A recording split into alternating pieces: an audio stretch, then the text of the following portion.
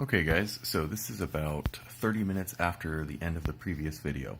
I have never wired a relay from scratch before. I've replaced relays in some cases, but never from scratch, so this was a brand new project to me. Took me half an hour to figure out what I was looking at, and this is what it looks like now.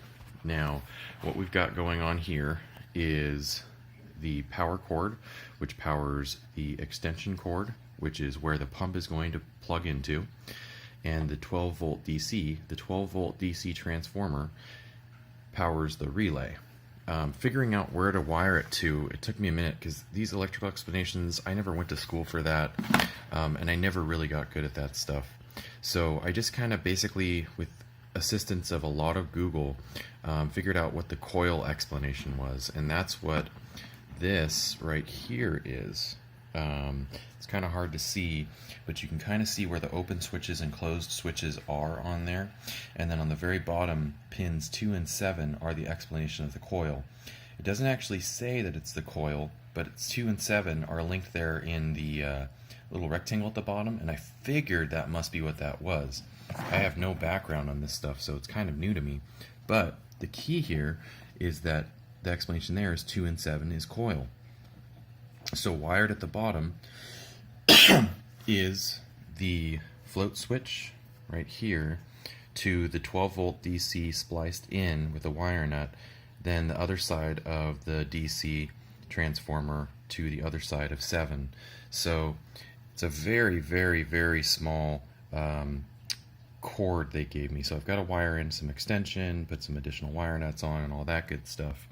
So then from there we've got the through line on the relay, which once this is powered, it basically tells it that if this switch has on power, which here's the toggle for the float switch, which is up, down.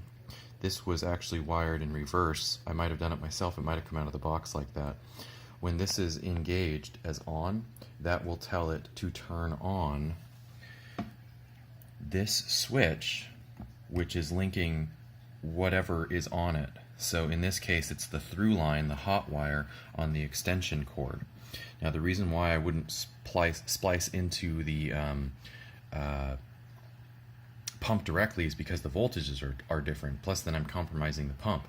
Whereas if I'm going here with the actual extension cord, this is a $1 extension cord, easy peasy. So they're connected via 1 to I think 4. Yeah, 1 to 4. That's where those two link up. That's where they correspond per this explanation here. You can see on number 1 has an on-off switch to 4, and then there's a re-engagement on 3 depending upon how the switch toggles it. So I might play with that on something else, but that's going to probably be on a separate project. But that being said, your on-off is right here. That's where the switch is for.